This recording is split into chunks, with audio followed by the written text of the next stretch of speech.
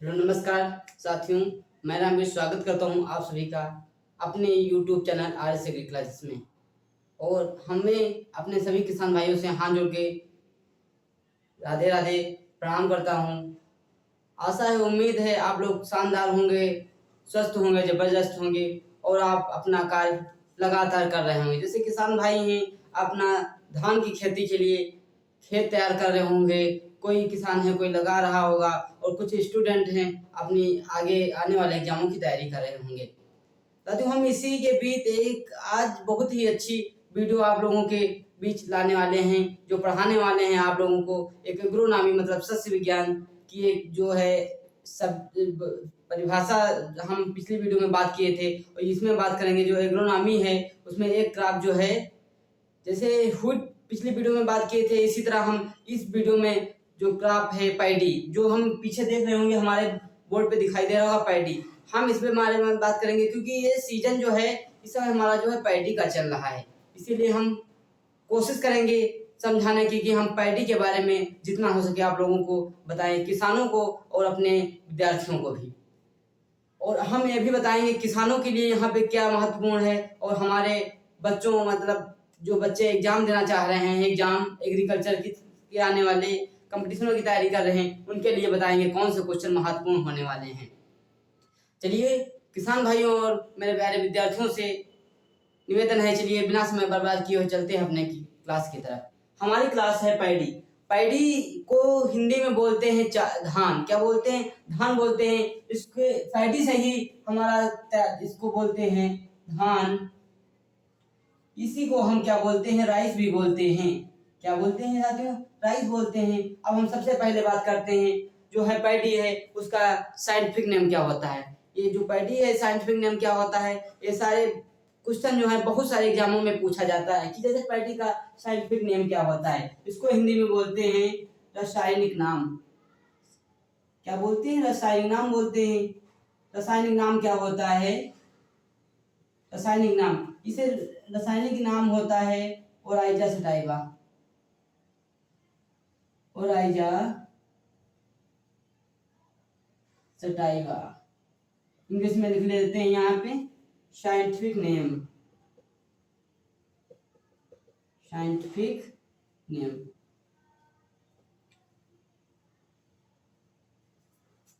ये बात कर लीजिए, साइंटिफिक नेम ओराइजा सटाइवा होता है। अब हम बात करेंगे कि इसकी फैमिली क्या होती है। फैमिली होती है, फैमिली लिखेंगे यहाँ पे, फैमिली होती है ग्रेमनी।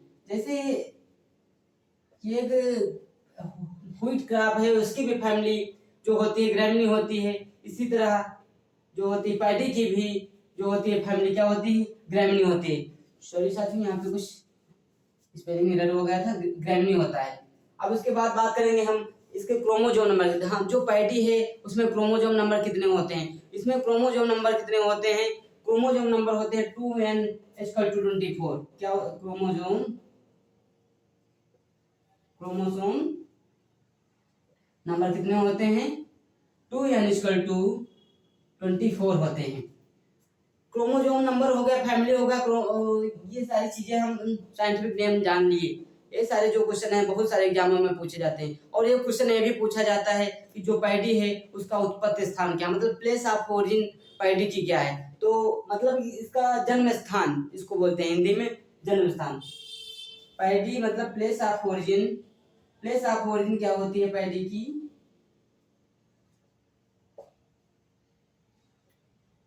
दक्षिण पूर्वी एशिया। क्या बोलते हैं? दक्षिण पूर्वी एशिया बोल देते हैं, पूर्वी एशिया।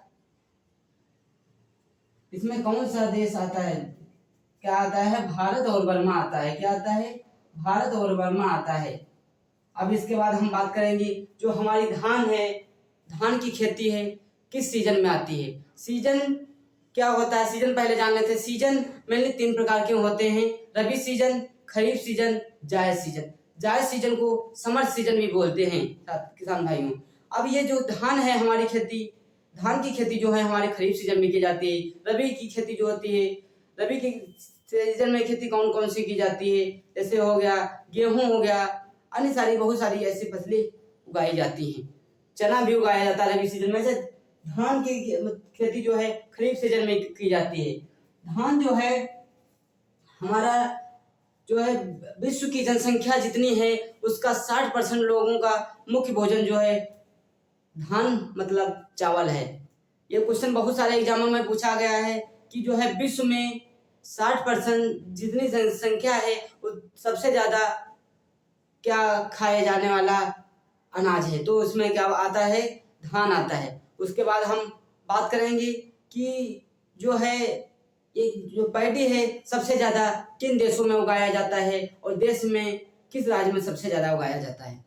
जो है धान विश्व में दूसरे स्थान पे भारत में उगाया जाने वाला है और फर्स्ट स्थान कौन सा है, चीन। चीन में सबसे ज्यादा धान उगाया जाता है और भारत जो है दूसरे नंबर पे, भारत जो है सेकंड नंबर पे है। कितने नंबर पे है, सेकंड नंबर पे है। और इसमें पहले स्थान पे जो है गेहूं की खेती भारत में की जाती है। फर्स्ट स्थान पे गेहूं की खेती जो है भारत में की जाती है। काहे की खेती, व्हीट की खेती की जाती है भाइयों। अब हम बात करेंगे कि धान जो है भारत में बात करें सेकंड स्थान पे और सबसे ज्यादा भारत में सबसे पहला स्थान किस स्टेट में है कि धान की खेती सबसे ज्यादा होती है। सबसे ज्यादा खेती धान की किसान भाइयों और हमारे स्टूडेंटों से कहना है कि पश्चिम बंगाल और पंजाब में खेती सबसे ज्यादा धान की होती है। कहाँ होती है, पश्चिम बंगाल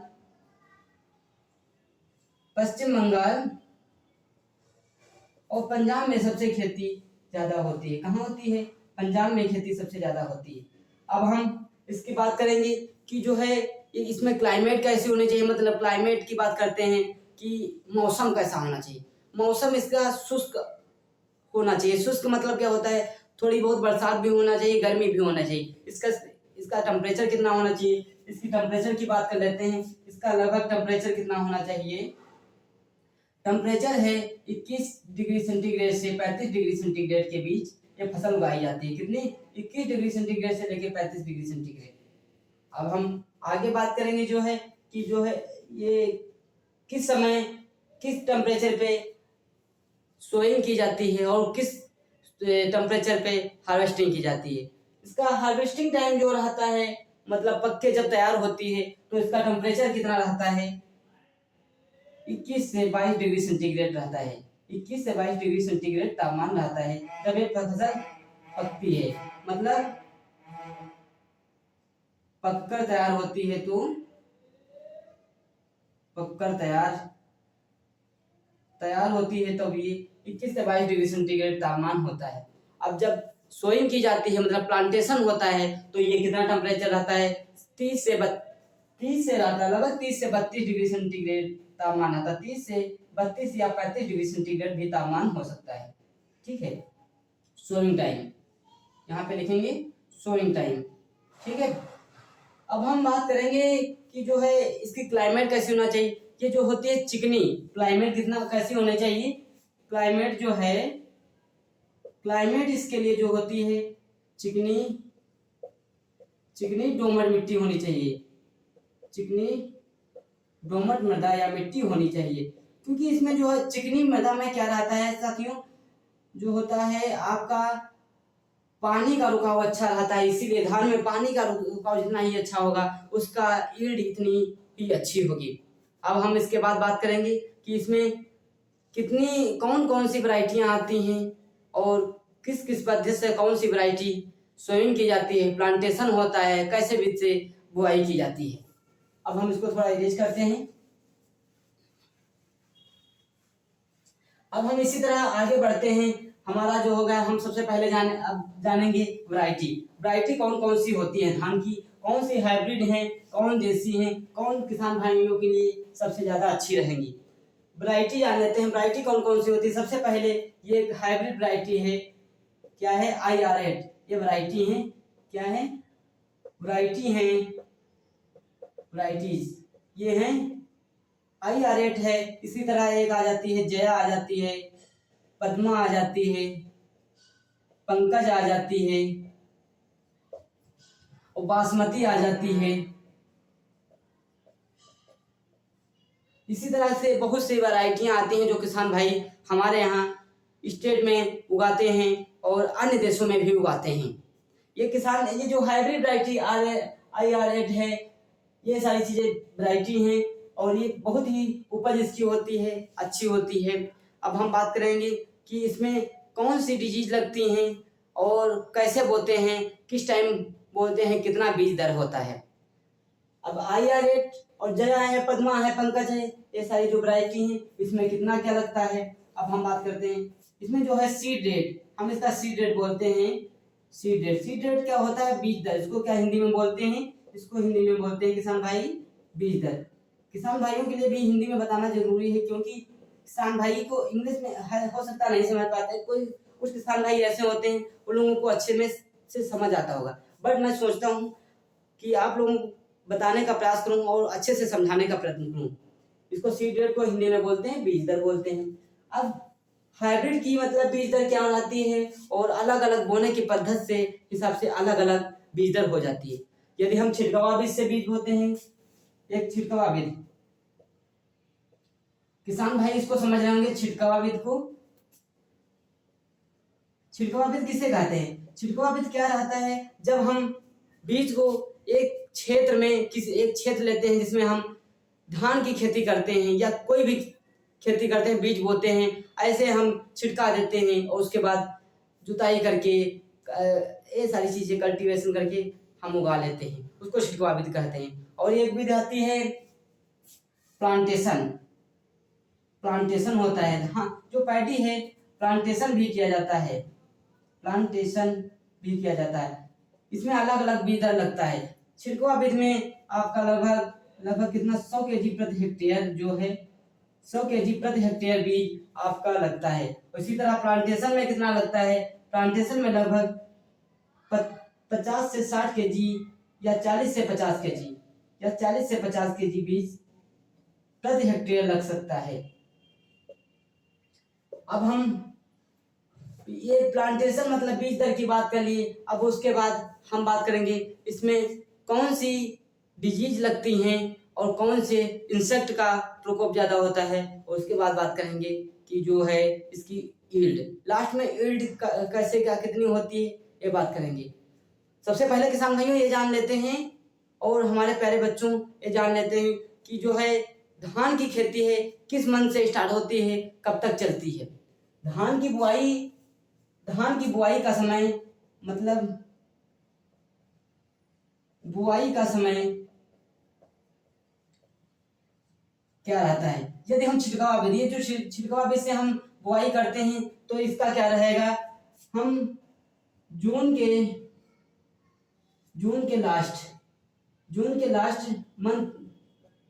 का लास्ट जो मंथ है उसमें हम इसकी छिड़काव विधि से बुआई करेंगे। यदि हम क्यारी विधि मतलब प्लांटेशन करते हैं, एक जगह से पेड़ हटा के दूसरी जगह लगाते हैं, रोपते हैं, तो उसके लिए हम फर्स्ट वीक मतलब 1 जून से जुलाई तक करते हैं। अब क्यारी कब से बनाते हैं, हम मिड मई से लेके मिड जून तक हम क्यारी में धान बो के इसको हम गांव की परिभाषा में बेड़ बोला जाता है, तैयार कर लेते हैं। ये सारी चीजें हम जाने। अब हम जानते हैं कि इसमें डिजीज कौन सी लगती हैं। इसमें बहुत से डिजीज लगती हैं, जैसे क्या हो गया, एक डिजीज आती है सबसे ज्यादा इसका प्रकोप रहता है व्हाइट फ्लाई। क्या होता है, व्हाइट फ्लाई का प्रकोप।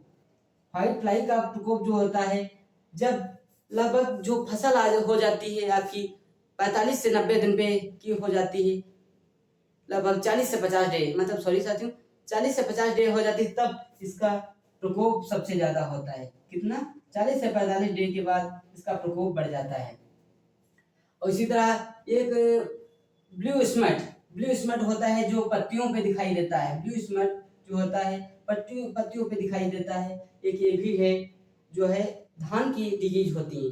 अब उसके बाद हम बात करेंगे इसमें इंसेक्ट कौन से लगते हैं। सबसे ज्यादा आप किसान भाई भी समझ रहे होंगे कि इंसेक्ट मतलब जो कीट होता है सबसे ज्यादा धान में गंधी बग का होता है। ये तो सही बात है, गंधी बग होते हैं, अन्य सारे बहुत सारे भी कीट होते हैं। इसमें गंधी बग का प्रकोप हर जगह सबसे ज्यादा देखा गया है। हमारे रिकॉर्ड के अनुसार हमारी जो है रिकॉर्ड अभी तक जितना प्राप्त हुआ है उसके अनुसार सबसे ज्यादा गंधी बग का प्रकोप होता है। इसमें गंधी बग किस स्टेज पे लगता है? जब गंधी बग होता है, इंसेक्ट जो है हमारा, गंधी बग जो है ये किस स्टेज में लगता है? गंधी बग जो है हमारी जो है दुधिया अवस्था, क्या बोलते हैं इसको हिंदी में? हम बोलते हैं दुधिया अवस्था। दुधिया अवस्था जो होती है, इसमें जब बाली बनने लगती है, तैयार होती है, फूल आना स्टार्ट होता है, तब ये इसका प्रकोप सबसे ज्यादा रहता है। ये क्या करती है? हमारे बाली को खोखला कर देती है दुधिया अवस्था में, उसका रस चूस के। इसको ये जो है सकिंग टाइप इंसेक्ट है। क्या? इसको सकिंग टाइप इंसेक्ट बोलते हैं। ये सारी चीजें हम समझ लिए हैं किसान भाइयों बहनों। अब इसके प्रकोप के लिए हम बहुत सारे किसान भाइयों को आगे वीडियो में बताएंगे कि इसका सारे इंसेक्ट जो हैं, पेस्ट हैं, इंसेक्ट हैं, पेस्ट हैं, डिजीज है, इनका प्रकोप बढ़ रहा है तो कैसे रोकेंगे और कैसे निवारण करेंगे, अगले वीडियो में जानेंगे। क्योंकि अभी तक किसान भाइयों का प्रकोप क्या कहते हैं, प्रकोप बढ़े, किसान भाई अभी तक फसल उगा रहे होंगे, मतलब सोइंग कर रहे होंगे, इसीलिए जब तक वो किसान भाइयों के जो है फसल में इसका प्रकोप होता है, तब तक हम आपके बीच एक वीडियो नई लेके आएंगे। आप लोग देखेंगे, हमें आशा रहेगी आप लोग समझेंगे और हम समझाने की कोशिश भी करेंगे आप लोगों को।